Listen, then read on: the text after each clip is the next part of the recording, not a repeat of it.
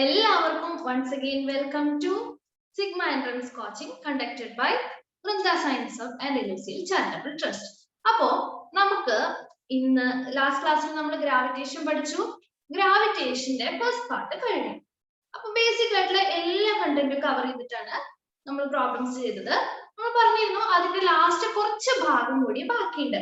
Kepler's loss Kepler's loss ആണ് main ആയിട്ട് അതിൽ ബാക്കിയുള്ളത്. പിന്നെ സാറ്റലൈറ്റിന്റെ കുറച്ച് ഓർബിറ്റൽ വെലോസിറ്റി അങ്ങനത്തെ കാര്യങ്ങൾ. അപ്പൊ അതാണ് നമ്മൾ ഈ ക്ലാസ്സിൽ ഡിസ്കസ് ചെയ്യുന്നത്. ലാസ്റ്റ് ക്ലാസ്സിൽ ചെയ്ത പ്രോബ്ലംസ് ഒക്കെ എല്ലാവരും റീചെക്ക് ചെയ്തിട്ടുണ്ടാവും എന്ന് വിചാരിക്കുന്നു. നമുക്ക് ഈ ഫ്രൈഡേയിലെ മീറ്റിംഗിൽ അതിന്റെ ബാക്കി കാര്യങ്ങൾ ഡിസ്കസ് ചെയ്യാം. അപ്പോ നമുക്ക് ഗ്രാവിറ്റേഷന്റെ ബാക്കി പോർഷൻസും പ്രോബ്ലംസും ചെയ്ത് നോക്കാം.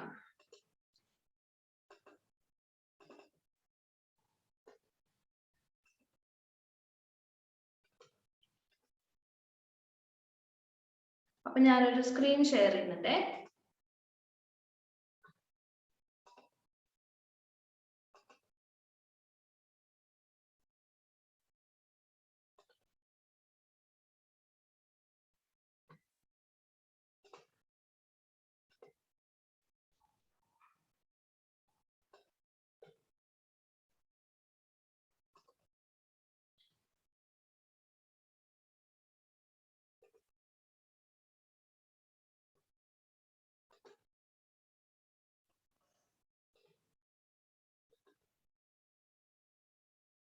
യെസ്, കാണുന്നുണ്ടല്ലോ അല്ലെ? അപ്പോ നമ്മൾ ലാസ്റ്റ് ക്ലാസ്സിൽ പഠിച്ചത് ഇതാണ്. ക്യാപിറ്റൽ ജി, സ്മോൾ ജി, ഇതെല്ലാം പഠിച്ചു അല്ലെ? അപ്പൊ എന്താണ് ഈ ക്യാപിറ്റൽ ജിയും സ്മോൾ ജിയും തമ്മിലുള്ള ഡിഫറൻസ്? ക്യാപിറ്റൽ ജി എന്ന് വെച്ച് കഴിഞ്ഞാൽ യൂണിവേഴ്സൽ ഗ്രാവിറ്റേഷണൽ കോൺസ്റ്റന്റ് ആണ്. അതിന്റെ വാല്യൂ എന്താണ്? 6.67 into 10⁻⁻11 newton metre square per kilogram square ആണ് അല്ലെ? അത് യൂണിവേഴ്സൽ കോൺസ്റ്റന്റ് ആണ്. അതിന്റെ വാല്യൂയിൽ ചേഞ്ച് വരുന്നില്ല. അത് എൻറ്റയർ യൂണിവേഴ്സിൽ കോൺസ്റ്റന്റ് ആണ്. ഇനി സ്മോൾ ജി എന്തിനാണ് ഇൻഡിക്കേറ്റ് ചെയ്യുന്നത്? സ്മോൾ ജി എന്ന് വെച്ച് കഴിഞ്ഞാല് ആക്സിലറേഷൻ ഡ്യൂ ടു ഗ്രാവിറ്റി ആണ്. ഫ്രീ ഫോൾ ചെയ്യുന്ന ഒരു ഒബ്ജക്റ്റിന്റെ അല്ലെങ്കിൽ എന്തെങ്കിലും താഴെ വീഴുന്ന ഒബ്ജക്റ്റിന്റെ ഗ്രാവിറ്റേഷൻ കാരണം ഉണ്ടാവുന്ന ആക്സിലറേഷൻ ആണ് ജി എന്ന വാല്യൂ. നമ്മൾ ജനറലി പ്രോബ്ലംസ് ഒക്കെ ചെയ്യുമ്പോൾ 10 ആക്കിട്ട് എടുക്കും അല്ലെ? അല്ലെങ്കിൽ നമ്മൾ 9.8 മീറ്റർ പെർ സെക്കൻഡ് സ്ക്വയർ എന്ന് പറയാറുണ്ട്. സോ അത് ഹൈറ്റിനെ ഡിപ്പെൻഡ് ചെയ്തിരിക്കും. ഓക്കെ, അപ്പോൾ അത് പോളാർ റീജിയനിലും ഇക്വറ്റോറിയൽ റീജിയനിലും ഡിഫറെന്റ് ആണ് എന്നൊക്കെ നമ്മൾ ലാസ്റ്റ് ക്ലാസ്സിൽ ഡിസ്കസ് ചെയ്തു. അപ്പൊ അതിന്റെ അപ്രോക്സിമേറ്റ് വാല്യൂ ആയിട്ട് നമ്മൾ എടുക്കുന്നത് 9.8 മീറ്റർ പെർ സെക്കൻഡ് സ്ക്വയർ ആണ്. പല പ്ലാനറ്റിലും ഈ ജിയുടെ വാല്യൂ മാറും. നമുക്കറിയാം മൂണിൽ എന്ന് പറഞ്ഞു കഴിഞ്ഞാൽ ഇവിടെ 60 കിലോഗ്രാം വെയിറ്റ് ഉള്ള ഒരു വ്യക്തി മൂണില് ആണ് വെയിറ്റ് മെഷർ ചെയ്യുന്നതെന്നുണ്ടെങ്കിൽ 10 കിലോഗ്രാമേ ഉണ്ടാവുള്ളൂ. കാരണം എന്താ? എർത്തിന്റെ ഗ്രാവിറ്റിനേക്കാളും 1/10 ആണ് മൂണിന്റെ ഗ്രാവിറ്റേഷണൽ ഫോഴ്സ്. അതുപോലെ തന്നെ ഗ്രാവിറ്റേഷണൽ ഫോഴ്സ് അതറിയാലോ. അപ്പൊ അതിനനുസരിച്ച് ജിയുടെ വാല്യൂ മാറും. ഓക്കെ, അപ്പൊ നമുക്ക് ജിയും ജിയും തമ്മിലുള്ള ഡിഫറൻസ് അറിയാം. അടുത്തത് കെപ്ലേഴ്സ് ലോ. കെപ്ലേഴ്സ് ലോസ്, കെപ്ലറിന്റെ 3 നിയമങ്ങളുണ്ട്. വളരെ പ്രധാനപ്പെട്ട നിയമങ്ങളാണ്. അപ്പൊ അതിലെ ആദ്യത്തെ നിയമം എന്താ പറയുന്നത്? All planets move in an elliptical orbit with the sun at one of the focal points. പണ്ട് നമുക്ക് അറിയില്ലായിരുന്നു അല്ലെ? ഈ സോളാർ സിസ്റ്റം പേര് വന്നതിന് ശേഷമാണ് എല്ലാ പ്ലാനറ്റ്സും സൂര്യനെയാണ് വലം വെക്കുന്നത്. And sun is at the one of the focal points. Elliptical ഓർബിറ്റിലാണ് മൂവ് ചെയ്യുന്നത്. അതിലെ സൺ എന്ന് പറഞ്ഞു കഴിഞ്ഞാല് one of its focal points ആണ്. First Kepler's law. ആൻഡ് ഇതിൽ പ്രോബ്ലംസ് വരാൻ ചാൻസ് ഇല്ല. ലോ പക്ഷെ അറിഞ്ഞിരിക്കണം. സെക്കൻഡ് ലോ എന്താ പറയുന്നത്? the line drawn from the sun to any planet sweep out equal areas in equal intervals. ഒന്നുകൂടി വായിച്ചോക്കി. the line drawn from sun to any planet ഉണ്ടെന്ന് ചെയ്യും. The line drawn from sun to any planet sweeps out equal areas in equal interval of time. നമുക്കൊരു 10 minute time intervals 10 minute എടുക്കാം. അപ്പൊ ഈ planet 10 minute കഴിഞ്ഞാല് ഇവിടെ എത്തിയിട്ടുണ്ടാവും, revolve ചെയ്തിട്ട് എഴുതിയിട്ടുണ്ടാവും വിചാരിക്കും. So the area swept out എന്ന് പറഞ്ഞു കഴിഞ്ഞാല് ഈ ഏരിയ, ഇത്രയും ഭാഗം കവർ ചെയ്ത ഏരിയ എന്ന് പറയുന്നത് ഈക്വൽ ടൈം ഇന്റർവെല്ലിന് ഈക്വൽ ആയിരിക്കും എന്നാണ് പറയുന്നത്. അപ്പൊ ഈ പ്ലാനറ്റ് ഇവിടെ നിന്നാണ് സ്റ്റാർട്ട് ചെയ്തതെന്നുണ്ടെങ്കിൽ the line drawn from the planet to sun എന്ന് പറഞ്ഞാൽ ഇങ്ങനെ വരയ്ക്കാം അല്ലെ.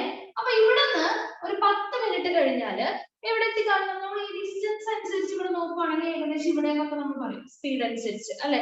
ഇവിടെ നിന്ന് 10 മിനിറ്റ് കഴിയുമ്പോൾ ഇവിടെ എത്തിയിട്ടുണ്ടെങ്കിൽ ഇവിടെ നിന്ന് 10 മിനിറ്റ് കഴിയുമ്പോൾ ഇവിടെ എത്തിയിട്ടുണ്ടാവുമെന്ന് അസ്യൂം ചെയ്യുകയാണെങ്കിൽ അത് തെറ്റാണ്. ഇവിടെ നിന്ന് കുറച്ച് ഡിസ്റ്റൻസ് കുറവായിരിക്കും. അതിന്റെ എന്താണ് അതിന്റെ മാനദണ്ഡം എന്താണ്? ഈ ഏരിയയും സെയിം ആയിരിക്കും. ഇവിടെ 10 മിനിറ്റ് കഴിഞ്ഞിട്ട് ഇത്രയും ഏരിയ ആണ് കവർ ചെയ്തതെങ്കിൽ ഇവിടെ 10 മിനിറ്റ് കഴിഞ്ഞിട്ട് കവർ ചെയ്യുന്ന ഈ ഏരിയ സെയിം ആയിരിക്കണം. സോ ഡിസ്റ്റൻസ് കുറവായിരിക്കും. അപ്പോ ഇവിടെ സണ്ണിൽ നിന്ന് ദൂരെയാണ് പ്ലാനറ്റ് എന്നുണ്ടെങ്കിൽ അത് കവർ ചെയ്യുന്ന ഡിസ്റ്റൻസ് തീറ്റ കുറവായിരിക്കും. ഓക്കെ, അപ്പൊ ഇവിടെ സ്ലോ ആയിരിക്കും, ഇവിടെ ഫാസ്റ്റ് ആയിരിക്കും. സോ ഏരിയ സ്വീപ്പ് ചെയ്തത് ഈക്വൽ ആയിരിക്കും in equal interval of time. Okay, അത് second law. And the third law എന്താ പറയുന്നത് നോക്കാം. Kepler's third law, the square of the orbital period of any planet is proportional to cube of the average distance from the sun to planet. Mark ഉണ്ടായിരുന്നു അല്ലേ. അപ്പൊ ഇവിടെ നിന്ന് എന്താ പറയുന്നത്? The square of the orbital period നമുക്ക് T എന്ന് represent ചെയ്യാം, ക്യാപിറ്റൽ T എന്ന് റെപ്രസെന്റ് ചെയ്യാം. അപ്പൊ square of the orbital period എന്ന് പറഞ്ഞാൽ T square is proportional to proportional ആണ് cube of the average distance from the sun to planet. ഈ സണ്ണിൽ നിന്നുള്ള ഇവിടുന്ന് ഡിസ്റ്റൻസ് മാറും കേട്ടോ. ഇവിടുന്ന് ഡിസ്റ്റൻസ്, ഇവിടുന്ന് ഇങ്ങോട്ടുള്ള ഡിസ്റ്റൻസ് ഇതൊക്കെ മാറും. ആവറേജ് ഡിസ്റ്റൻസ് ആണ് പറയുന്നത്. ആവറേജ് ഡിസ്റ്റൻസിന്റെ ക്യൂബിന് പ്രൊപ്പോർഷണൽ ആണ്. അപ്പൊ T square is proportional to R cube. ഈ ഇക്വേഷൻ വളരെ ഇമ്പോർട്ടന്റ് ആണ്. ഇത് വെച്ചിട്ട് ഒരുപാട് പ്രോബ്ലംസ് ചോദിക്കാറുണ്ട്. സോ സിമ്പിൾ 2-step പ്രോബ്ലംസ് ആണ്. അപ്പൊ ഇത് മിസ് ചെയ്യരുത്, ഇതെന്തായാലും ഓർത്തിരിക്കാം. ഓക്കെ, അപ്പൊ നമുക്ക് അടുത്തത് നോക്കാം.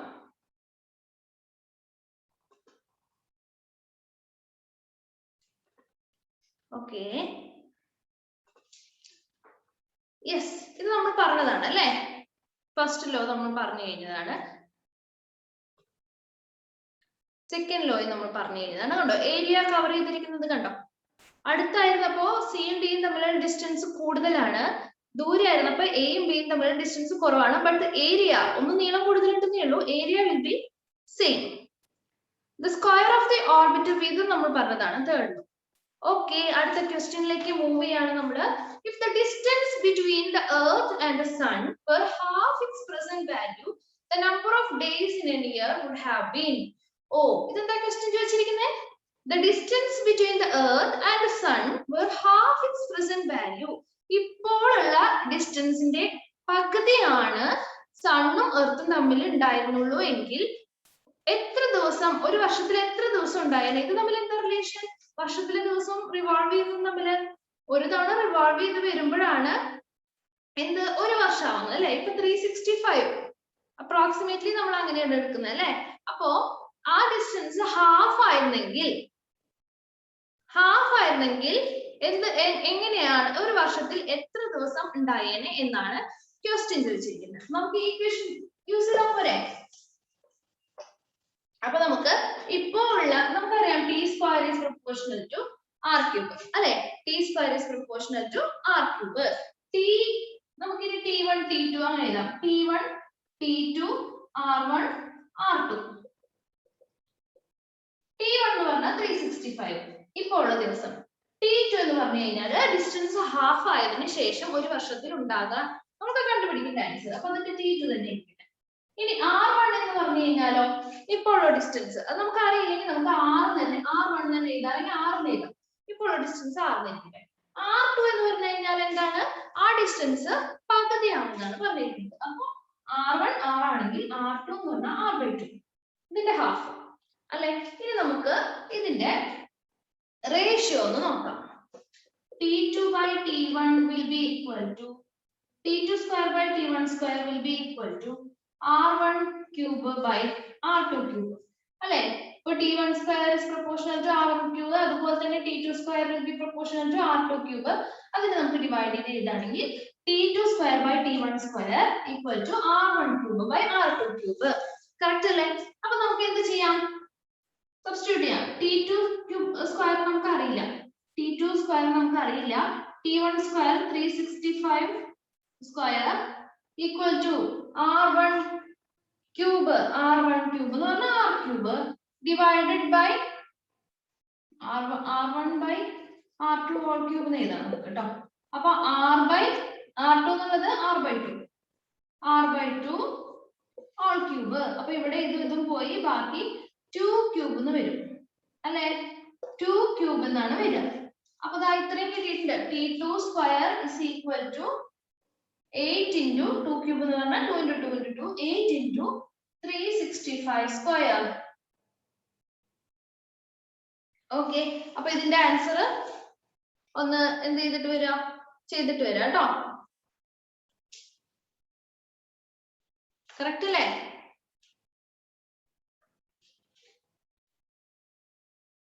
എവിടെയും തെറ്റിയിട്ടുണ്ടോ?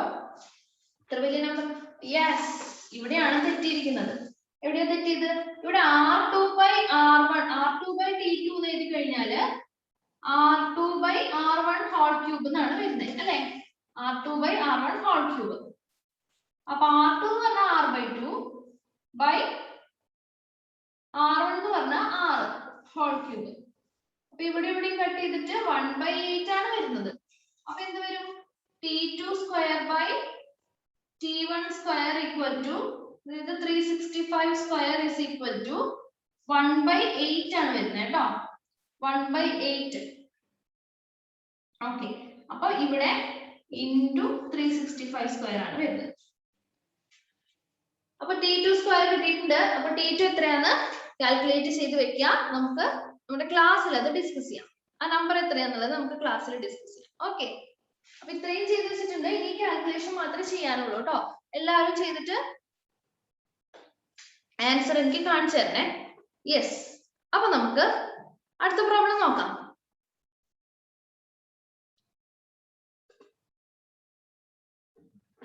അടുത്ത പ്രോബ്ലത്തിലേക്ക് പോവാം. ഇതിൽ തന്നെ ഈസി ആയിട്ടുള്ള ഒരു പ്രോബ്ലം ആണ് അടുത്ത പ്രോബ്ലം. ഒരു minute.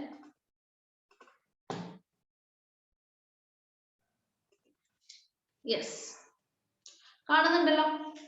A simple pendulum has a period T1 when on the Earth's surface and T2 when taken to a height r above the Earth's surface, where r is the radius of the Earth. Find the value T2 by T1. എന്താ question ചോദിച്ചിരിക്കുന്നത്? ഒന്നുകൂടി നമുക്ക് നോക്കാം. എർത്തിന്റെ സർഫസിൽ ഒരു simple പെൻഡുലത്തിന്റെ period എന്ന് പറഞ്ഞു കഴിഞ്ഞാൽ T1 ആണ്. ഇനി എർത്തിന്റെ സർഫസിൽ നിന്നും ഒരു ഹൈറ്റിലേക്ക്, എത്ര ഹൈറ്റിലേക്ക്? R above, R ഡിസ്റ്റൻസിലേക്ക് അത് ഉയർത്തി.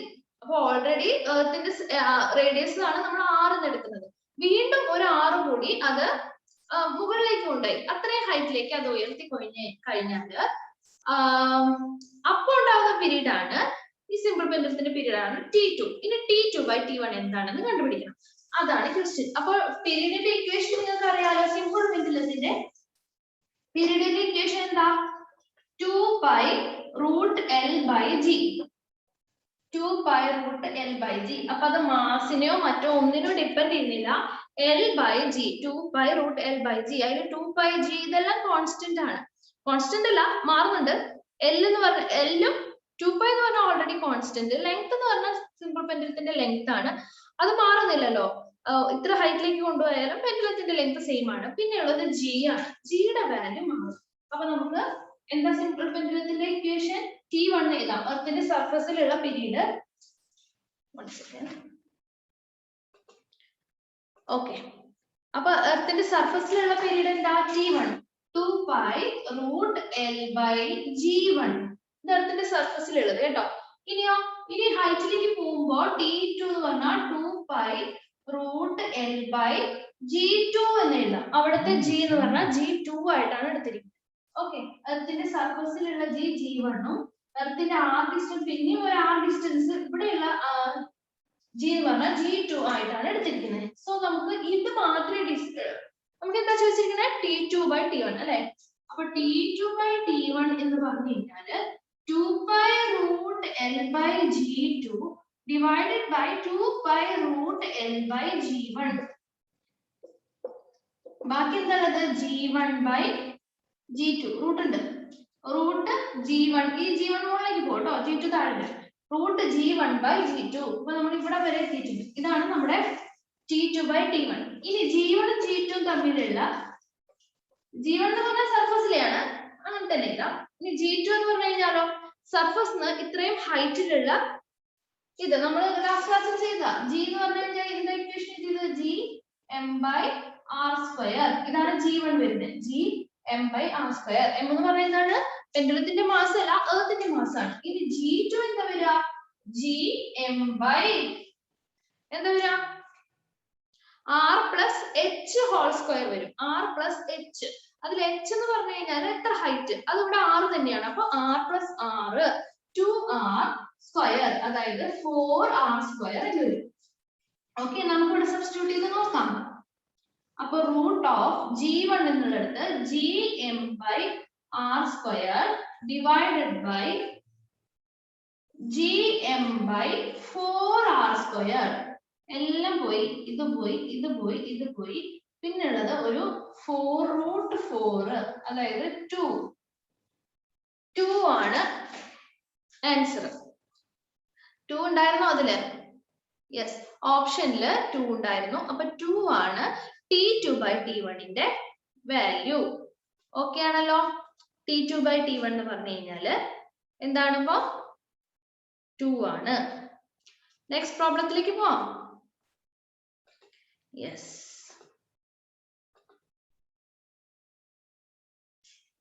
കാണുന്നുണ്ടല്ലോ അല്ലെ? എന്താ പ്രോബ്ലം പറയുന്നത്? A geostationary satellite orbits around Earth in a circular orbit of radius 36,000 kilometer. Then the time period of a spy satellite orbiting a few hundred kilometer above the Earth's surface will be approximately. എന്താ ചോദിച്ചിരിക്കുന്നത്? ഒരു Jio stationery satellite ഉണ്ട്. Jio stationery satellite എന്ന് പറഞ്ഞാൽ എന്താ? എർത്തിന്റെ ഒരു particular point മുകളിലാണ്. അപ്പൊ നമുക്ക് ഇന്ത്യയുടെ മുകളിൽ കാണാന്നുണ്ടെങ്കിൽ ഇത് എപ്പോഴും അവിടെ തന്നെ കാണാം അല്ലെ? സോ എർത്ത് എങ്ങനെയാണോ റൊട്ടേറ്റ് ചെയ്യുന്നത് അതുപോലെ തന്നെ അതേ ടൈം പീരീഡ് ആണ് ജിയോ സ്റ്റേഷനറി സാറ്റലൈറ്റ് എന്താ റിവോൾവ് ചെയ്യാൻ വേണ്ടിട്ട് എടുക്കുന്നത്. സോ അതിന്റെ ടൈം പീരീഡ് അപ്പൊ എത്രയാണ് അത് നമ്മൾ മനസ്സിലാക്കി എടുക്കണം. 365 ആണ്. സോറി എന്താണ് 24 hours ആണ്. And the geostationary satellite orbits around Earth in a circular orbit of radius. And ആ സാറ്റലൈറ്റിന്റെ റേഡിയസ് എത്രയാണ്?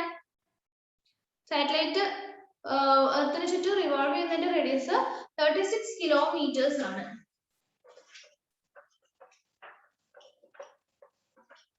ആൻഡ് ഒരു സ്പൈ സാറ്റലൈറ്റ് ഉണ്ട്. ആ സാറ്റലൈറ്റ് എർത്തിന്റെ സർഫസിന്റെ അടുത്ത് തന്നെയാണ്. അതായത് എർത്തിന്റെ സർഫസിലേക്കുള്ള ഡിസ്റ്റൻസ് തന്നെ r ആയിട്ട് എടുക്കാം. ആ സ്പൈ സാറ്റലൈറ്റിന്റെ അതാണ് തന്നിരിക്കുന്നത് 6400 kilometers. എന്താ ചോദിച്ചിരിക്കുന്നത്? എന്താ time period of that satellite. രണ്ടാമത്തെ സാറ്റലൈറ്റിന്റെ ടൈം പീരീഡ് ആണ് ചോദിച്ചിരിക്കുന്നത്. അപ്പൊ നമുക്ക് ഓപ്ഷൻസ് നോക്കൂ. 1/2 hour, 1 hour, 2 hour, 4 hour. ഇതാണ് ഇത് തന്നിരിക്കുന്നത് ഓപ്ഷൻസ് തന്നിരിക്കുന്നത് അല്ലെ? അപ്പൊ നമുക്ക് എന്ത് ചെയ്യാം? ഏതാ യൂസ് ചെയ്യേണ്ടത്? ഇത് ഇപ്പോ കെപ്ലർസ് തേർഡ് ലോ നമ്മൾ ചെയ്തില്ലേ അതേ ഇക്വേഷൻ ആണ് യൂസ് ചെയ്യേണ്ടത്. എന്താ? T square is proportional to r cube. T square is proportional to r cube. അപ്പൊ നമുക്ക് നേരത്തെ പോലെ T1 T2 ഒക്കെ ആയിട്ട് എടുക്കാന്നുണ്ടെങ്കിൽ T2 by T1 all square is equal to R2 by R1 whole cube എന്ന് എടുക്കാം. ശരിയല്ലേ? ഇനി സ്പൈ സാറ്റലൈറ്റിന്റെ ടൈം പീരീഡ് T1 എടുത്തു. അത് എത്രയാ? അതാ ചോദിച്ചിരിക്കുന്നത് അല്ലെ? ഓക്കെ അപ്പൊ അതിന്റെ ടൈം പീരീഡ് T1 എടുത്തു. ആൻഡ് T2 എന്ന് പറഞ്ഞു കഴിഞ്ഞാൽ ജിയോ സ്റ്റേഷനറി സാറ്റലൈറ്റിന്റെ ടൈം പീരീഡ്. അത് നമുക്കറിയാം 24 hours ആണ് അല്ലെ? അപ്പൊ T1 കിട്ടി, T2 കിട്ടി. ഇനി R1 സ്പൈ സാറ്റലൈറ്റിന്റെ അല്ലേ? അപ്പൊ R1 എന്ന് പറഞ്ഞു കഴിഞ്ഞാല് എർത്തിന്റെ അവർ തന്നിരിക്കുന്നത് R ഇല്ലേ? ഇതിന്റെ റേഡിയസ് തന്നെയാണ് എടുക്കുന്നത് കിലോമീറ്റേഴ്സ്. R2 തന്നിട്ടുണ്ട് എത്രയായിരുന്നു? 36,000 kilometers അല്ലെ? 36,000 kilometers. അപ്പൊ എല്ലാതുമായി ഇനി സബ്സ്റ്റിറ്റ്യൂട്ട് ചെയ്യാൻ വേണ്ടു. ജസ്റ്റ് സബ്സ്റ്റിറ്റ്യൂട്ട് ചെയ്തിടാം. ഇതിന്റെ ആൻസറും അടുത്ത ക്ലാസ്സിൽ നമുക്ക് ഗൂഗിൾ മീറ്റിൽ വരുമ്പോ കാണിച്ചു തരണം കേട്ടോ. 24 divided by T1 is equal to all square is equal to 36,000 divided by 6.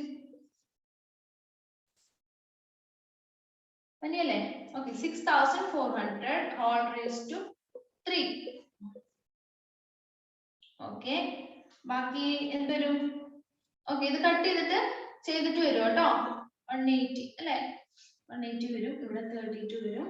പിന്നെ ഇവിടെ 90 വരും, 90 വരും. ഇവിടെ 18 വരും, സോറി 16 വരും.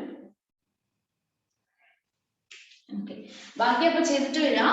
അപ്പൊ T1 എന്ന് പറഞ്ഞാൽ എന്താ വരിക? നമുക്ക് ഇതിൽ നിന്ന് T1 കാൽക്കുലേറ്റ് ചെയ്യാൻ പറ്റുമല്ലോ. ഒരു ഫ്രാക്ഷണൽ നമ്പർ ആണ് വരുന്നത് കേട്ടോ.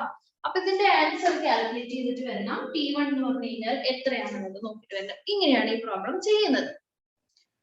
ഓക്കെ, അപ്പൊ ഒരു ഫ്രാക്ഷൻ വരുമ്പോ അതൊന്ന് റൗണ്ട് ചെയ്യാം കേട്ടോ. അത് കഴിഞ്ഞിട്ട് കഴിഞ്ഞോ? കഴിഞ്ഞിട്ടില്ല. ഈ ഓപ്ഷൻസിൽ വന്നിരിക്കുന്നത് എന്താണ്? What is the time period of okay yes. അപ്പൊ അപ്രോക്സിമേറ്റ്ലി ഫ്രാക്ഷൻ വരുമ്പോ 1.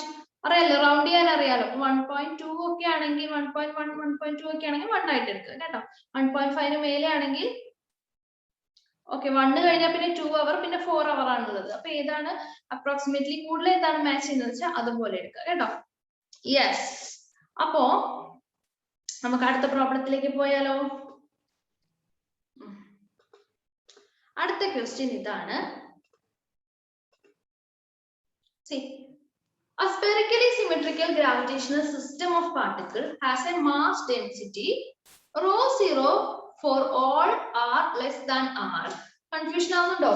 ക്വസ്റ്റ്യൻ വായിക്കുമ്പോൾ നമുക്കൊന്ന് വായിച്ചു നോക്കിയിട്ട് ചെയ്യാം. A spherically symmetric gravitational system, ഒരു spherical ഷേപ്പിലുള്ള ഒരു gravitational സിസ്റ്റത്തിന് മാസ് ഡെൻസിറ്റി എങ്ങനെയാണെന്നാണ് തന്നിരിക്കുന്നത്.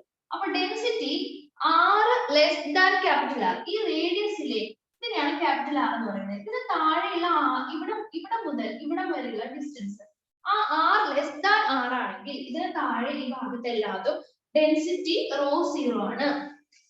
ഡെൻസിറ്റി എന്താണ്? റോ 0 ആണ്.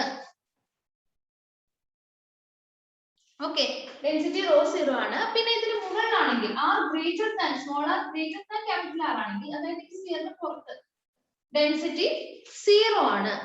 ഓക്കെ, ഡെൻസിറ്റി 0 ആണ്. A test mass can undergo circular motion under the influence of the gravitational field of the particles. Its speed v as a function of distance r from the center of the system is represented by. അപ്പോൾ ഒരു test mass എന്താ ചെയ്യുന്നത്? Test mass circular മോഷനിൽ ഇങ്ങനെ പോവാണ്. So അതിന്റെ speed തൊട്ടടുത്താണെങ്കിലുള്ള speed അല്ലെങ്കിൽ കുറച്ച് നീങ്ങിയിട്ട് അല്ലെങ്കിൽ സർഫസിൽ അല്ലെങ്കിൽ സർഫസിന്റെ പുറത്ത്. അപ്പൊ ഇവിടെ ആ സ്പീഡ് എന്ന് പറയുന്നത് ആറിന്റെ ഒരു ഫംഗ്ഷൻ ആണ്. ആർ കൂടുന്തോറും സ്പീഡ് കൂടുകയാണോ കുറയുകയാണോ അതെന്താണ് ട്രെൻഡ് എന്നാണ് ക്വസ്റ്റ്യൻ. ഒരു ടെസ്റ്റ് മാസ് സർക്കുലർ മോഷനിൽ മൂവ് ചെയ്യാണ്. അതിന്റെ വെലോസിറ്റി റേഡിയസ് എന്ന് പറഞ്ഞാൽ സ്മോൾ ആർ, ഇവിടെ തന്നിരിക്കുന്ന സ്മോൾ ആറിനെ ഡിപ്പെൻഡ് ചെയ്യുമെന്ന് പറഞ്ഞിട്ടുണ്ട്. സോ എങ്ങനെയാണ് ആ ട്രെൻഡ് വരുന്നത് എന്നാണ് ചോദിച്ചിരിക്കുന്നത്. 4 ഗ്രാഫ് കൊടുത്തിട്ടുണ്ട് നോക്കൂ. അപ്പൊ ആദ്യത്തെ ഗ്രാഫില് ആർ കൂടുമ്പോൾ സർഫസ് വരെ ക്യാപിറ്റൽ ആർ വരെ വെലോസിറ്റി കൂടുന്നു, കൂടി വരും. ഇവിടെ നിന്ന് ഇങ്ങോട്ട് ഈ അറ്റത്തുനിന്ന് വരെ വെലോസിറ്റി കൂടി വരും. പിന്നെ അത് കോൺസ്റ്റന്റ് ആയിട്ട് സ്ഫിയറിന് പുറത്തിറങ്ങി കഴിഞ്ഞാൽ പിന്നെ ആർ എത്ര കൂടിയാലും വെലോസിറ്റി കോൺസ്റ്റന്റ്. അതാണ് ഫസ്റ്റ് ഫിഗർ. സെക്കൻഡ് ഫിഗറിൽ എന്താ തന്നിരിക്കുന്നത്? ആദ്യം ഒന്ന് അബ്രപ്റ്റ് ആയിട്ട് കുറയാണ്. ആറ് അതായത് സെന്ററിൽ നിന്ന് നീങ്ങുമ്പോൾ ആദ്യം ഹൈലി ഇൻക്രീസ് ചെയ്യാണ്, പിന്നെ അതൊരു കോൺസ്റ്റന്റ് ആണ്. ആറിന് ശേഷം കോൺസ്റ്റന്റ്. മൂന്നാമത്തെ ഫിഗറിൽ സിയിൽ എന്താ കൊടുത്തിരിക്കുന്നത്? ആദ്യം ഇൻക്രീസ് ചെയ്യുന്നു, പിന്നെ എക്സ്പോണൻഷ്യലി ഡിക്രീസ് ചെയ്യുന്നു. ഫോർത്ത് ഫിഗറിൽ ഡിയിൽ തന്നിരിക്കുന്നത് v എന്ന് പറഞ്ഞു കഴിഞ്ഞാൽ ആദ്യം കോൺസ്റ്റന്റ് ആണ്, പിന്നെ എന്താ ഉണ്ടാവുന്നത്? ഡിക്രീസ് ചെയ്യാണ്, എക്സ്പോണൻഷ്യലി ഡിക്രീസ് ചെയ്യാണ്. ഇതിൽ ഏതാണ് കറക്റ്റ്? അപ്പൊ നമുക്ക് നോക്കാം. നമുക്ക് നമ്മുടെ ഇക്വേഷൻസ് ഉണ്ട് അല്ലെ. എന്താ ജിയുടെ വാല്യൂ നമുക്ക് അറിയണോ? എന്താ ഇവിടെ തന്നിരിക്കുന്നത്? വെലോസിറ്റി ആണെന്ന് പറഞ്ഞിട്ടുണ്ട്, ഡെൻസിറ്റി ആണെന്ന് തന്നിട്ടുണ്ട്. വെലോസിറ്റിയും ഡെൻസിറ്റി. യെസ്, അപ്പൊ v നമുക്കറിയാം.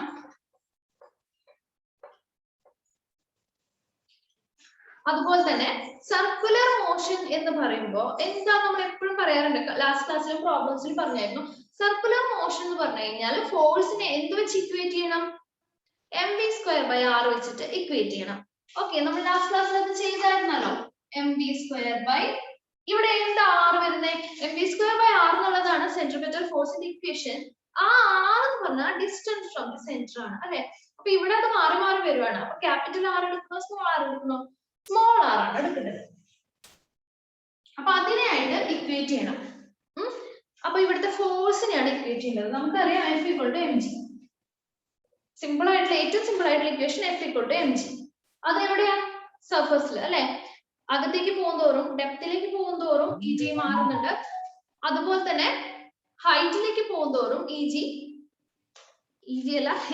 മാറുന്നുണ്ട് അല്ലെ. അപ്പോ ജിയുടെ വാല്യൂ നമുക്ക് അറിയണം. യെസ്, അപ്പൊ നമുക്ക് ആദ്യം ഉള്ളിൽ നോക്കാം, ഡെപ്തിലേക്ക്. അപ്പൊ എന്താ പഠിച്ചിട്ടുള്ളത് നമ്മള്?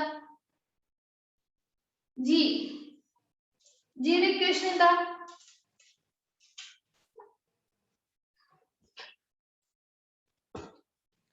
എന്താണ്?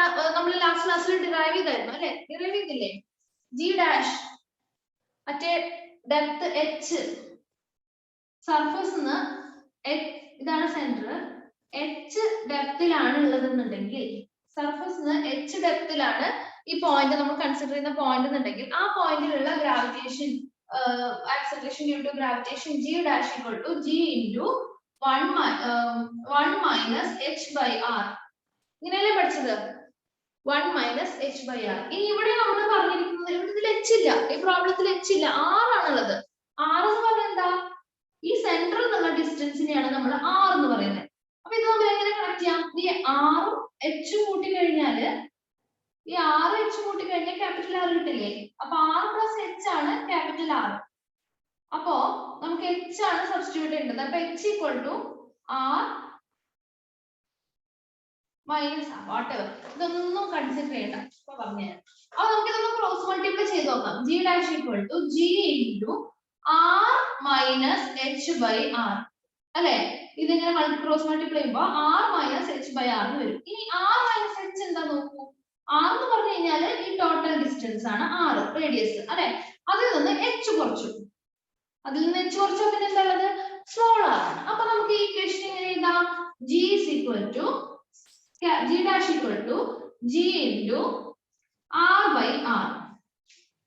ഓക്കെ, മനസ്സിലായോ? അപ്പൊ ഇതാണ് മെയിൻ ഇക്വേഷൻ പഠിച്ചിരിക്കുന്നത് കേട്ടോ. ഇതൊരു മെയിൻ ഇക്വേഷൻ ആണ്.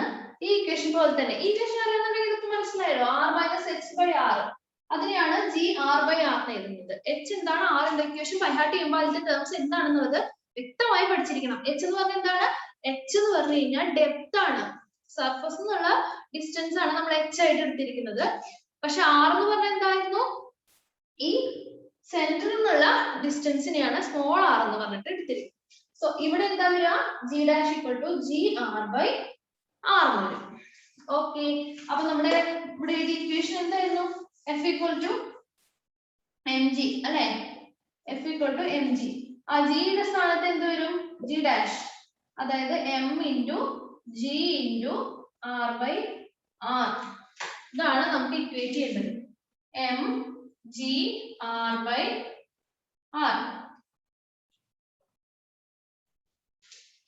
കറക്റ്റ് അല്ലേ? യെസ്. അപ്പൊ നമുക്ക് എന്ത് വരും? m പോവും, പിന്നെന്താ പോവാ? പിന്നൊന്നും പോവില്ല അല്ലെ. അപ്പൊ v² എന്ന് പറഞ്ഞു കഴിഞ്ഞാല് v² ആണല്ലോ വേണ്ടത്, v അല്ലേ നമുക്ക് കണ്ടുപിടിക്കേണ്ടത്. അപ്പൊ v r തമ്മിൽ എന്താ ബന്ധം എന്നാണ് നമുക്ക് അറിയേണ്ടത്. അപ്പൊ v² = ഈ r ഇവിടെ വരും, g r² R അല്ലേ. അപ്പൊ v എന്ന് പറഞ്ഞു കഴിഞ്ഞാല് g √g/r into r, ഇതിന്റെ സ്ക്വയർ റൂട്ട്. അപ്പൊ v is proportional to r. wow. അപ്പോ v is proportional to r. അപ്പൊ ഈ സ്ഫിയറിന്റെ ഉള്ളിലാണെന്നുണ്ടെങ്കിൽ velocity v is proportional to r എന്ന് കിട്ടി. ഏതാണ്ട് ഉത്തരം പിടികിട്ടി അല്ലെ. v കൂടുമ്പോൾ r കൂടും, ഇറ്റ് ഈസ് ഡയറക്ട്ലി പ്രൊപ്പോർഷണൽ. ഇനി അടുത്തത് നോക്കാം. അടുത്തത് സ്ഫിയറിന് മുകളിലാണ്, സ്ഫിയറിൽ നിന്ന് മുകളിലേക്കാണ് പോകുന്നത്. സ്ഫിയറിന്റെ ഉള്ളിലുള്ളത് കഴിഞ്ഞു. R less than capital R കഴിഞ്ഞു. ഇനി R greater than capital R എന്നുള്ള കേസാണ് നമ്മൾ എടുക്കാൻ പോകുന്നത്. അപ്പോ അതിന്റെ ജി ഡാഷിന്റെ ഇക്വേഷൻ നമ്മൾ പഠിച്ചതാണ്. എന്തായിരുന്നു അതിന്റെ ജി ഡാഷിന്റെ ഇക്വേഷൻ? എന്തായിരുന്നു? G divided by 1 plus H by R whole square. ഇങ്ങനെയല്ലേ പഠിച്ചത്?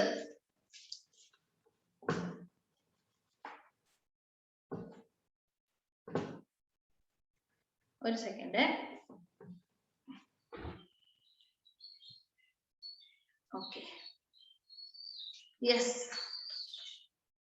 യെസ്. അപ്പൊ നേരത്തെ ചെയ്ത അതുപോലെ തന്നെ ചെയ്യാം. G divided by R plus H whole square, R plus H by R whole square. ഇതിനുള്ളിൽ ഒന്ന് ക്രോസ് മൾട്ടിപ്ലൈ ചെയ്തു. ഈ ആർ പ്ലസ് എച്ച് എന്ന് പറഞ്ഞാൽ എന്ത് വരും? R plus H. ഇത് ഇവിടെ നിന്നുള്ള ഡിസ്റ്റൻസ്, ആ ഡിസ്റ്റൻസ് ആണ് നമ്മൾ ആർ ആയിട്ട് എടുക്കുന്നത്. സെന്ററിൽ നിന്നുള്ള ഡിസ്റ്റൻസ് ആണ് ആർ ആയിട്ട് എടുക്കുന്നത്. അപ്പൊ R square by R square. Okay, അപ്പോ എന്താണ് വരുന്നത്? G R square by R square.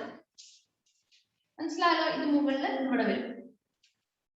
അപ്പൊ ഇതെന്താ കിട്ടിയത്? ജി ഡാഷ് ആണ് കിട്ടിയത്. ഇനി നേരത്തെ ചെയ്ത പോലെ തന്നെ എഫ് എന്ത് വരും? ജി ഡാഷ് കിട്ടി, നമുക്ക് എഫ് ആണ് വേണ്ടത്. അതായത് ഇതുപോലെ, ഇത് ഇൻസൈഡ് ദ സ്ഫിയർ, ഇത് ഔട്ട്സൈഡ് ദ സ്ഫിയർ. ഇനി F equal to M G dash. അപ്പോ ജി ഡാഷിനുള്ളത് ഇത് വരും, M into G R square by R square. ഇനി നമുക്ക് M V square by R ആയിട്ട് ഇക്വേറ്റ് ചെയ്യില്ലേ? സർക്കുലർ മോഷൻ എന്ന് പറഞ്ഞാൽ ഉടനെ M V square by R ആയിട്ട് ഇക്വേറ്റ് ചെയ്യുന്ന പ്രോബ്ലംസ് ആയിരിക്കും അധികം. അപ്പൊ M G R square by R square equal to M V square by R. Yes. അപ്പൊ ഇതിൽ എന്തെങ്കിലും പോവോ? എം കട്ട് ചെയ്ത് പോവും അല്ലെ? പിന്നെന്താണത്? ആർ സ്ക്വയറും ആറും പോവും, വേറെ ഒന്നുമില്ല. അപ്പൊ വി സ്ക്വയറിന്റെ ഇക്വേഷൻ ഡയറക്റ്റ്ലി കിട്ടി. വി സ്ക്വയർ മാത്രമേ ഇവിടെ ഉള്ളൂ. വി സ്ക്വയർ എന്ന് പറഞ്ഞാൽ G R square by R.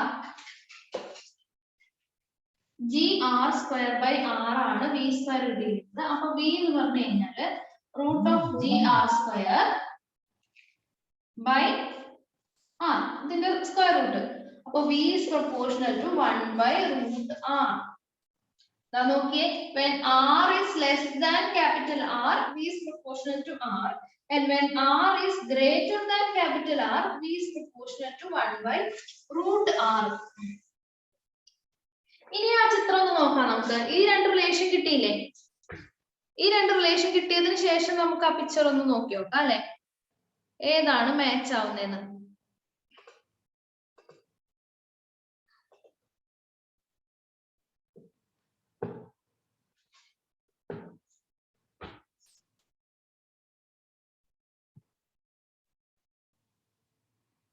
നോക്കൂ, ഏതാണ് മാച്ച് ചെയ്യുന്നത്? ഫസ്റ്റ് ഫിഗർ 6 കൂടുമ്പോ 6 കൂടുന്നുണ്ട്. അപ്പൊ ഫസ്റ്റും എയും സിയും മാത്രമേ ഇനി കൺസിഡർ ചെയ്താൽ മതി അല്ലെ? ഇനി സെക്കൻഡ് 6 കഴിഞ്ഞിട്ട് റൂട്ട് 6 ആണ്. അപ്പോ എന്താ ചെയ്യുന്നത്? എക്സ്പോണൻഷ്യലി കുറയാണ്. അപ്പൊ ഏതാണ് കറക്റ്റ്? സി ആണ് കറക്റ്റ്. ഓക്കെ, അപ്പൊ ഇതുപോലെ എക്സെപ്ഷണൽ ആയിട്ടുള്ളതൊക്കെ കളഞ്ഞിട്ട് ബാക്കിയുള്ളതിനെ കൺസിഡർ ചെയ്തിട്ട് നോക്കാം. യെസ്. അപ്പൊ നമുക്ക് അടുത്ത പ്രോബ്ലം ചെയ്താലോ? ഓക്കെ, ഞാനൊന്ന് സ്ക്രീൻ ഷെയർ ചെയ്യട്ടെ. യെസ്, കാണുന്നുണ്ടല്ലോ. അടുത്ത ക്വസ്റ്റ്യൻ എന്താ? അടുത്ത question, the mass of a spaceship is 1000 kilograms. It is to be launched from Earth's surface out into free space. The value of G and R is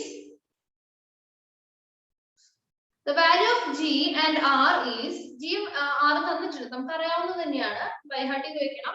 10 meter per second square ആയിട്ട് എടുത്തോളാൻ നമുക്ക് പറഞ്ഞിട്ടുണ്ട്. പിന്നെ ആറിന്റെ value 6400 kilometers.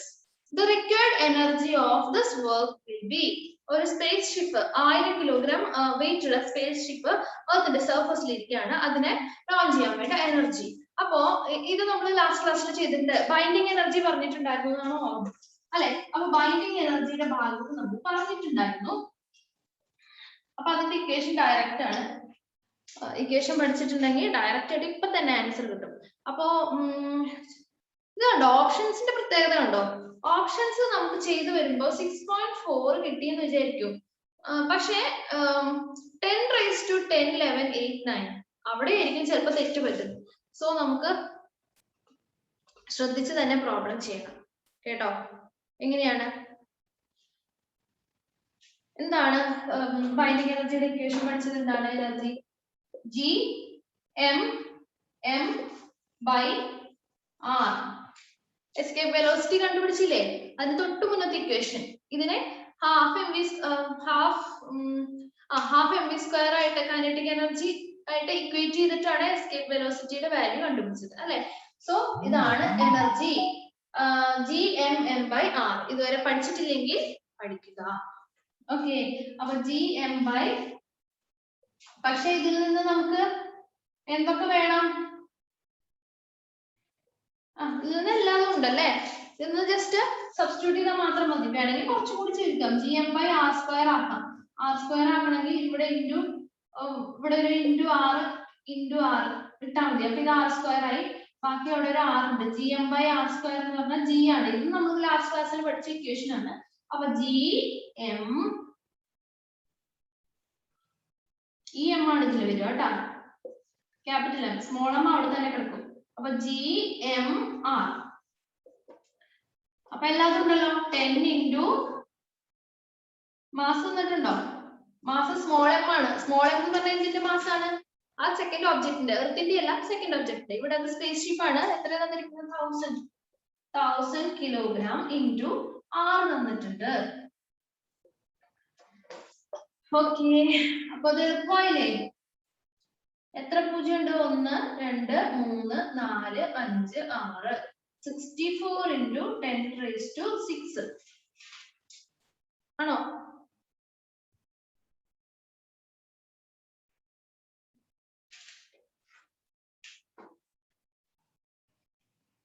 അപ്പൊ നമുക്ക് എന്ത് ചെയ്യണം?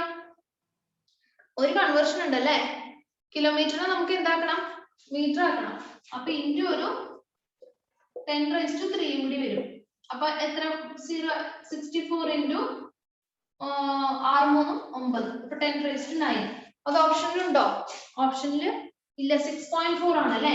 അപ്പൊ 6.4 വരുമ്പോ എന്ത് വരും? ഇങ്ങോട്ട് ഒരു പോയിന്റ് ഇതായി കൂടെ എന്ത് വരും? 10 raised to 10 വരും. ജൂൾ യൂണിറ്റ് ചെയ്ത എനർജിയാണ് joule. 6.4 into 10 raised to 10 joules. Yes. ആ പ്രോബ്ലം എളുപ്പമായിരുന്നു അല്ലേ? Yes, gravitation chapter so easy. നമുക്ക് നെക്സ്റ്റ് പ്രോബ്ലത്തിലേക്ക് പോയാലോ? യെസ്, അടുത്ത ക്വസ്റ്റ്യൻ നോക്കാം. ഈസി ആണോ ടഫ് ആണോ നോക്കാം. അടുത്ത problem. An artificial satellite moving in a circular orbit around the earth has a total energy. Total energy എന്ന് പറഞ്ഞു കഴിഞ്ഞാൽ kinetic energy plus potential energy is E0. E0 ആണ് total energy. Its potential energy is, എന്താണ് potential energy എന്ന് ചോദിച്ചിരിക്കുന്നത്. Total energy E0 ആണെങ്കിൽ potential energy എന്താണ്? നമ്മൾ ഇതുവരെ പഠിക്കാത്ത ഒരു ഇക്വേഷൻ പുതുതായി പഠിക്കേണ്ടി വരും. നമ്മൾ ലാസ്റ്റ് ക്ലാസ്സിൽ ഡിസ്കസ് ചെയ്തിട്ടില്ലാന്ന് തോന്നുന്നു. ഓക്കെ, അപ്പൊ നമുക്ക് ഇന്ന് പഠിക്കാം. അപ്പൊ എന്താ options? Minus E0, 1.5 E0, 2 E0, E0. അപ്പോ ഇത് നമുക്ക് എങ്ങനെ ചെയ്യാം? ടോട്ടൽ എനർജി ആണ് തന്നിരിക്കുന്നത് അല്ലെ. നമുക്ക് എന്ത് വേണം? പൊട്ടൻഷ്യൽ എനർജി കണ്ടുപിടിക്കണം. അപ്പൊ ഒരു ഇക്വേഷൻ ഉണ്ട്. ടോട്ടൽ എനർജിയുടെ ഇക്വേഷൻ പഠിച്ചു വെക്കണം. പഠിച്ചിരുന്നു തോന്നുന്നു അല്ലെ. -Gmm/2r. ഇതാണ് ടോട്ടൽ എനർജിയുടെ ഇക്വേഷൻ. -Gmm/2r. ഇതാണ് ടോട്ടൽ എനർജിയുടെ ഇക്വേഷൻ. ഇനി കൈനറ്റിക് എനർജിയുടെ, പൊട്ടൻഷ്യൽ എനർജിയുടെ ഇക്വേഷൻ നമുക്ക് അറിയാം. അത് ഓൾറെഡി പഠിച്ചതാണ്. -Gmm എന്താ? r. minus gmm by r ആണ് പൊട്ടൻഷ്യൽ എനർജിയുടെ ഇക്വേഷൻ. സോ ഇത് നമ്മൾ എന്താ റിലേഷൻ നോക്കൂ.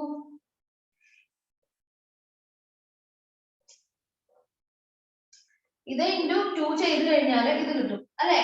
അപ്പോ E ഇൻറ്റു 2 ചെയ്ത് കഴിഞ്ഞാൽ U കിട്ടും. അപ്പൊ 2E എന്ന് പറയുന്നതാണ് U. കിട്ടിയല്ലോ. ഇതല്ലേ question. Potential energy total energy E ആണെന്നുണ്ടെങ്കിൽ പൊട്ടൻഷ്യൽ എനർജി എത്രയാണെന്നാണ് ചോദിച്ചിരിക്കുന്നത്. അപ്പൊ U equal to 2E. ഓപ്ഷനിലുണ്ടല്ലോ 2E. Yes. അപ്പോ അതും ഒരു ഈസി ക്വസ്റ്റ്യൻ ആയിരുന്നു അല്ലെ. യെസ്. അപ്പൊ ഇക്വേഷൻ പഠിക്കുക എന്നുള്ളത് ഇമ്പോർട്ടന്റ് ആണ്. Binding energy, total energy, potential energy. Kinetic energy പിന്നെ ചേഞ്ച് ചെയ്യില്ല നമ്മുടെ ഹാഫ് എം സ്ക്വയർ. അടുത്ത ക്വസ്റ്റ്യൻ നോക്കാം.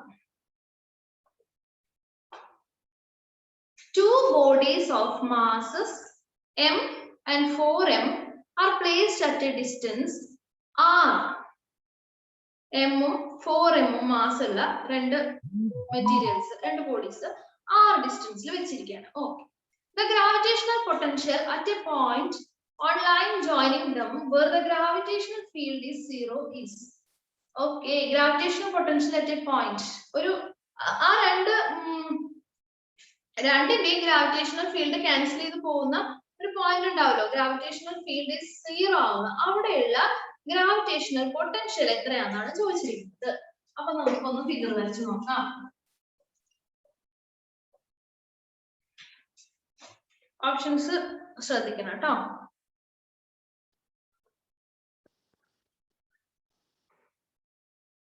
ഓക്കെ, അപ്പൊ നമുക്കൊരു ലൈൻ വരയ്ക്കണം. m ഉം 4m ഉം കൂടി ജോയിൻ ചെയ്യുന്ന ഒരു ലൈൻ. ഇത് 4m, ഇത് മാസ് m, ഇത് തമ്മിൽ ജോയിൻ ചെയ്യുന്ന ഒരു പോയിന്റിൽ വെച്ചിട്ട് എന്തായിരിക്കും ഗ്രാവിറ്റേഷണൽ ഫീൽഡ് 0 ആവും. ആ പോയിന്റിലുള്ള ഗ്രാവിറ്റേഷണൽ പൊട്ടൻഷ്യൽ കണ്ടുപിടിക്കണം അല്ലെ. അപ്പൊ നമുക്ക് എന്ത് ചെയ്യാം, ഇതിന് നമുക്ക് m, ഇതിന് നമുക്ക് ഒരു പേരിടാം. നമുക്ക് x എന്ന് പേരിടാം. ഓക്കെ. ആൻഡ് ഇത് ടോട്ടൽ 6 ആണല്ലോ. ഇവിടെ മുതൽ ഇവിടെ വരെ 6 ആണ് ഡിസ്റ്റൻസ്. അപ്പൊ ബാക്കിയുള്ളതിന് നമുക്ക് എന്ത് പേരിടാം, r മൈനസ് എക്സ് എന്നത് എന്ന് പേരിടും. യെസ്, r മൈനസ് എക്സ് ഇത് x ആണ്. അപ്പൊ ഈ പോയിന്റില് മാസ് ഈ പോയിന്റ് P മാസ് 1 ആയിട്ട് എടുക്കാം. അപ്പൊ നമുക്കറിയാം എന്താണ് ഗ്രാവിറ്റേഷണൽ പൊട്ടൻഷ്യൽ 0 ആണെന്ന് തന്നിട്ടുണ്ട് അല്ലെ. അപ്പൊ V is equal to total gravitational potential എന്താ, minus G M M by ആദ്യത്തെ ചെയ്ത മൈനസ് ജി എം എന്ന് പറഞ്ഞാൽ ഇവിടെ 1 ബൈ എന്താ r ആണ് അല്ലെ. r എന്നുള്ളത് ഇവിടെ x മൈനസ് പ്ലസ് ഇതിന്റെ അവിടെ എന്ത് വരിക, മൈനസ് മൈനസ് മൈനസ് വരും. ഓപ്പോസിറ്റ് ഡയറക്ഷൻ അല്ലേ. അപ്പൊ മൈനസും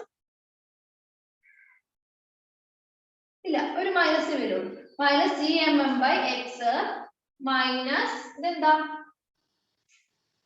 മൈനസ് ജി ഇവിടുത്തെ മാസ് 4m ഇൻറ്റു ഇവിടുത്തെ മാസ് 1 ആയിട്ട് എടുക്കുക minus G into 4m by r. ഇതിന്റെ distance x minus r minus X. Okay, ഇതാണ് ഇവിടുത്തെ v എന്ന് പറയുന്നത്. ഇതാണ് കണ്ടുപിടിക്കേണ്ടത്. അപ്പൊ ഇത് കണ്ടുപിടിക്കണമെങ്കിൽ നമുക്ക് എന്ത് വേണം, r x ഇതിനെ നമുക്കൊന്ന് ആ ഡിസ്റ്റൻസ് ഒന്ന് നമുക്ക് കണ്ടുപിടിക്കണം. അപ്പൊ നമുക്ക് ആദ്യം ന്യൂട്ടൺസ് ലോ ഓഫ് ഗ്രാവിറ്റേഷൻ ചെയ്ത് നോക്കാം.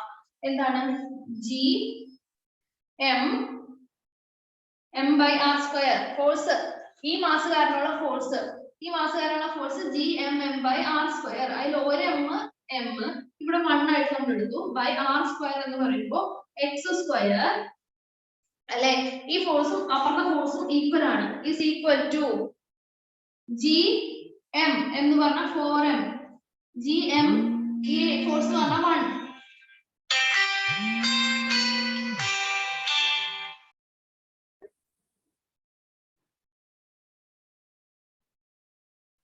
ഓക്കെ, അപ്പൊ നമ്മൾ ഫോഴ്സ് ഇക്വേറ്റ് ചെയ്യണം. അപ്പൊ ജി എം എം ബൈ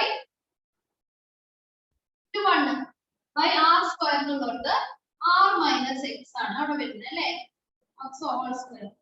നമുക്ക് ഇങ്ങനെ ഇതും പോയി ബാക്കിയുള്ളത് 4x സ്ക്വയർ അപ്പുറത്ത് വരും equal to r minus X whole square അല്ലെ. അപ്പൊ ഇതിന്റെ സ്ക്വയർ റൂട്ട് എടുത്തു കഴിഞ്ഞാൽ r minus X equal to 2x. അല്ലേ? അപ്പൊ r minus x എന്ന് പറഞ്ഞാൽ 2x ആണെങ്കിൽ r equal to 2x plus 6 വരും 3x വരും. ഓക്കെ, r എന്ന് പറഞ്ഞിരിക്കുന്നത് 3x വരും.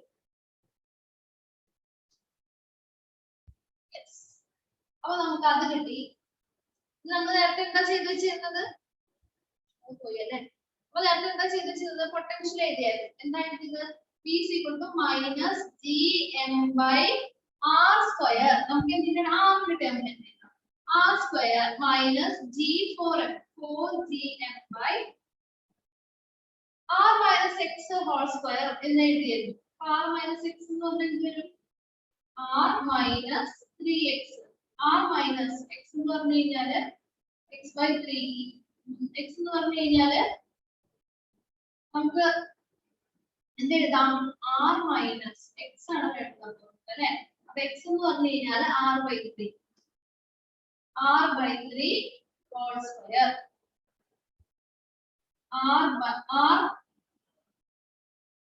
r minus r by 3 whole square.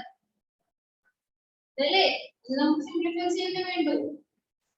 Okay, ഇത്രത്തി കഴിഞ്ഞ് കഴിഞ്ഞാൽ v കിട്ടും. സിംപ്ലിഫൈ ചെയ്ത് എഴുതാം. എന്താ? മൈനസ് ജി എം പുറത്തേക്ക് എടുക്കാം ബൈ മൈനസ് ജി പുറത്തെടുത്ത് കഴിഞ്ഞാൽ 1 by r square minus 4 by ഇത് വരും 3 minus r 3r minus r 2r by 3 2r by 3 whole square. 2r by 3 whole square എന്ന് പറഞ്ഞു കഴിഞ്ഞാൽ 4r square by 9 അല്ലേ? 4r square by 9. ഇതിൽ നിന്നും ഇനി കാണുന്നുണ്ടോ? ബോർഡ് കാണുന്നുണ്ടോ? അപ്പൊ നമുക്കിനി minus G M by R square പുറത്തേക്ക് എടുക്കാം. പിന്നെന്താണത്? 1 മൈനസ് 4 ബൈ 4 കട്ട് ചെയ്ത് പോയി അല്ലേ? അപ്പൊ ഇവിടെ 9 മാത്രമേ ഉള്ളൂ. ഇതൊന്ന് ചെയ്തിട്ട് പറയാമോ? ഓക്കെ, അപ്പൊ ഇത്ര ഇതിന്റെ ബാക്കി ചെയ്ത് ആ 4 ഓപ്ഷൻസിൽ ഏതാണെന്നുള്ളത് കണ്ടുപിടിക്കണം കേട്ടോ. ചെയ്യുന്ന മെത്തേഡ് ഇങ്ങനെയാണ്.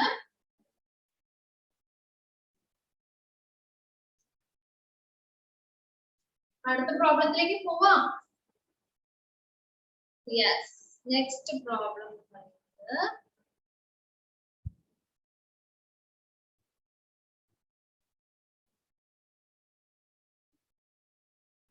a binary star system consists of two stars A and B which have time periods T and TB.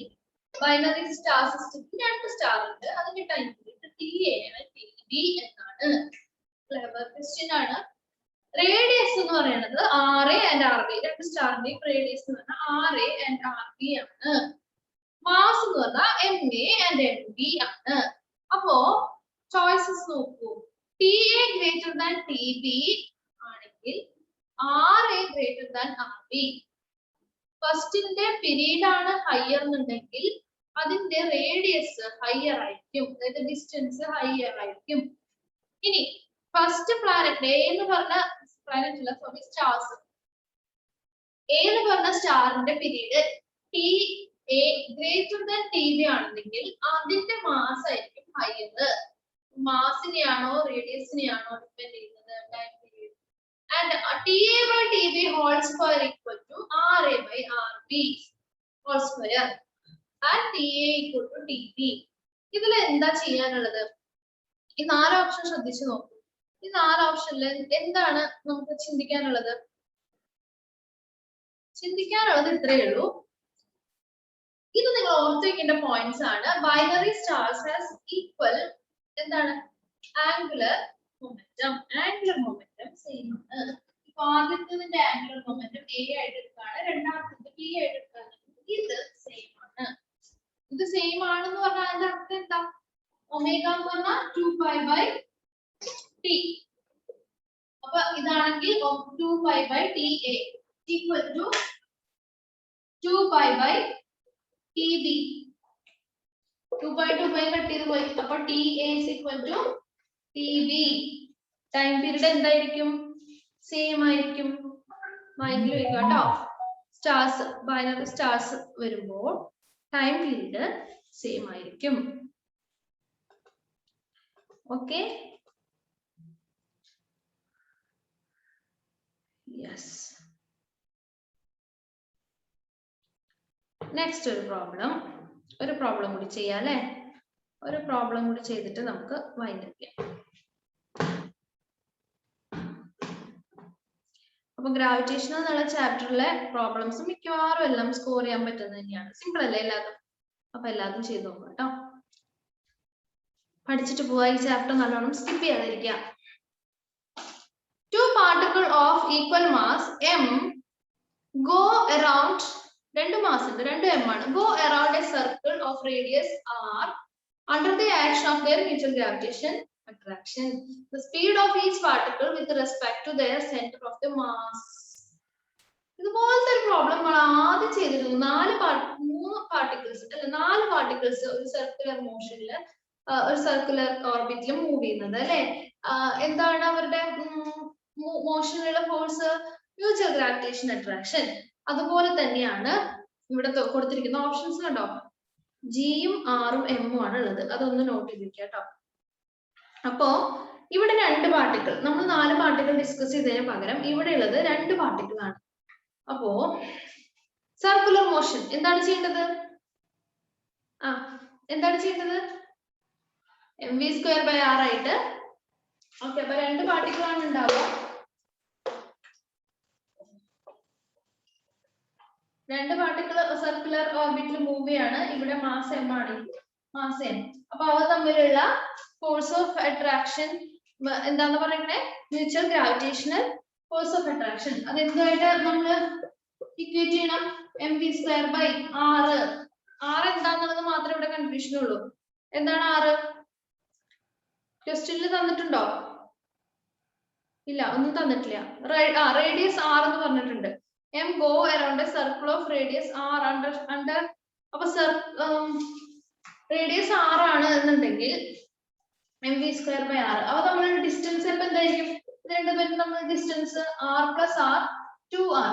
ഇതിലെങ്ങനെ വരുള്ളൂ? സെന്ററിലേക്കുള്ള ഫോഴ്സ് അല്ലേ mv²r. ഇനി ഇപ്പുറത്തെ ഫോഴ്സ് വരുന്നവർക്ക് എന്ത് വരും? gmm.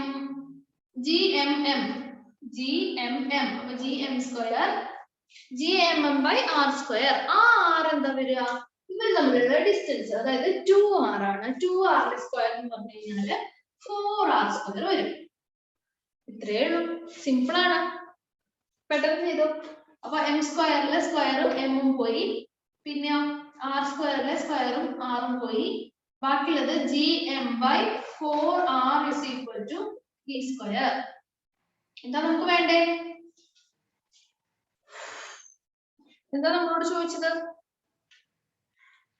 The speed of each particle with respect to center of mass. v അപ്പൊ എന്താ വരിക?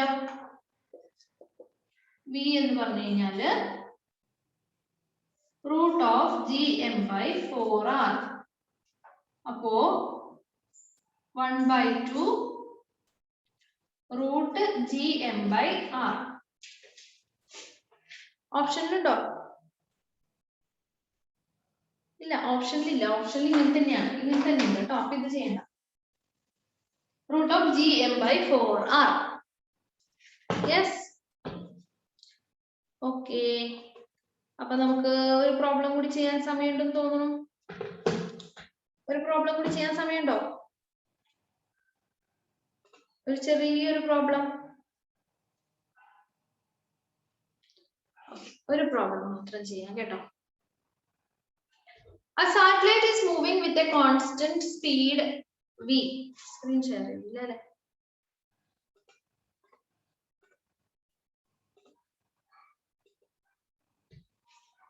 A satellite is moving with a constant speed v in a circular orbit about Earth.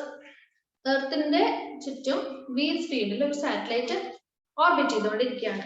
The object of mass m is ejected from the satellite. ആ സാറ്റലൈറ്റിന് ഒരു mass eject ചെയ്തു and just escape from the eject ചെയ്ത mass എന്ന് പറഞ്ഞു കഴിഞ്ഞാൽ it escapes from the gravitational pull of the earth. അത് time of its ejection the kinetic energy എന്താണെന്ന് കണ്ടുപിടിക്കുന്നത് സിമ്പിൾ ആണ്. നമ്മളെ സംബന്ധിച്ച് സിമ്പിൾ ആയിട്ടുള്ള പ്രോബ്ലം ആണ്. എങ്ങനെ ചെയ്യുന്ന ഓപ്ഷൻസ് നോക്കൂ. Half mv square, mv square, 3/2 mv square, 2 mv square. എങ്ങനെ ചെയ്യുന്നത് നമുക്കറിയാം അല്ലെ. എസ്കേപ്പ് വെലോസിറ്റിയുടെ ഭാഗത്തു നിന്നുള്ള പ്രോബ്ലം ആണ്. എസ്കേപ്പ് വെലോസിറ്റിയുടെ കൈനറ്റിക് എനർജി എന്തായിരിക്കും? നമ്മൾ കൊടുക്കേണ്ട കൈനറ്റിക് എനർജി എസ്കേപ്പ് വെലോസിറ്റി കഴിഞ്ഞു പോകണം എന്നുണ്ടെങ്കിൽ ഉള്ള ഹാഫ് എം വി സ്ക്വയർ. അതിൽ ഇത് എസ്കേപ്പ് വെലോസിറ്റി ആണ് അല്ലെ. ഇനി ഓർബിറ്റൽ വെലോസിറ്റി എസ്കേപ്പ് വെലോസിറ്റി തമ്മിലൊരു ബന്ധം ഉണ്ടായിരുന്നു. എന്താണ് ഓർബിറ്റൽ വെലോസിറ്റിയും എസ്കേപ്പ് വെലോസിറ്റിയും തമ്മിലൊരു ബന്ധം? √2 GME ആയിരുന്നു എസ്കേപ്പ് വെലോസിറ്റി, √GME ആയിരുന്നു ഓർബിറ്റൽ വെലോസിറ്റി. അപ്പൊ എസ്കേപ്പ് വെലോസിറ്റി എന്ന് പറഞ്ഞു കഴിഞ്ഞാല് √2 ഇൻറ്റു ഓർബിറ്റൽ വെലോസിറ്റി ആണ്. ഈ റിലേഷൻ ഓർത്ത് വെക്കുക. എസ്കേപ്പ് വെലോസിറ്റി എന്ന് പറഞ്ഞു കഴിഞ്ഞാൽ √2 ഇൻറ്റു ഓർബിറ്റൽ വെലോസിറ്റി ആണ്. സോ ഇത് നമുക്ക് എന്താ ചെയ്യാനുള്ളത്?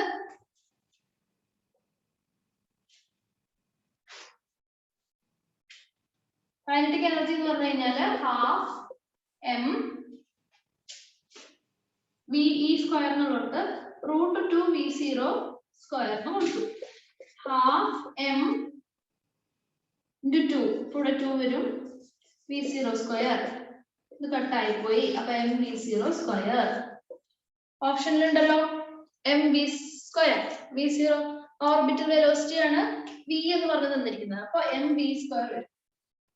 ഓക്കെ, സിമ്പിൾ അല്ലായിരുന്നേ? അപ്പൊ നമ്മൾ ഇന്ന് കുറച്ച് അധികം പ്രോബ്ലംസ് ചെയ്തിട്ടുണ്ട്.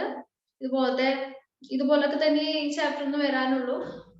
അപ്പൊ എല്ലാവരും പ്രോബ്ലംസ് ഒക്കെ ചെയ്ത് നോക്കുക. ഓക്കെ, അപ്പൊ നമ്മുടെ എൻട്രൻസ് കോച്ചിങ് ക്ലാസ്സുകളെ പറ്റിയും ട്യൂഷൻ ക്ലാസ്സിനെ പറ്റിയും ഫ്രണ്ട്സിനോട് ഷെയർ ചെയ്യുക. താല്പര്യമുള്ളവർക്ക്, എന്തെങ്കിലും ബുദ്ധിമുട്ടുള്ളവർക്ക് ഒക്കെ എൻട്രൻസ് കോച്ചിങ്ങിന് വേണമെങ്കിൽ വൃന്ദ സയൻസ് ഹബ്ബുമായിട്ട് കോൺടാക്ട് ചെയ്യാം. അപ്പൊ നമുക്ക് നെക്സ്റ്റ് ഡേ വേറെ ചാപ്റ്റർ ആയിരിക്കും, ഫ്രഷ് ചാപ്റ്റർ പഠിച്ചിട്ട് വരാം. അപ്പൊ ഇതെല്ലാവരും പഠിച്ചിട്ട് നമ്മുടെ ഗൂഗിൾ മീറ്റിൽ നമുക്ക് ഡിസ്കസ് ചെയ്യാം എന്തെങ്കിലും ഡൗട്ട് ഉണ്ടെങ്കിൽ. അപ്പൊ നമുക്ക് അടുത്ത ക്ലാസ്സിൽ കാണാം. അതുവരെ ബൈ.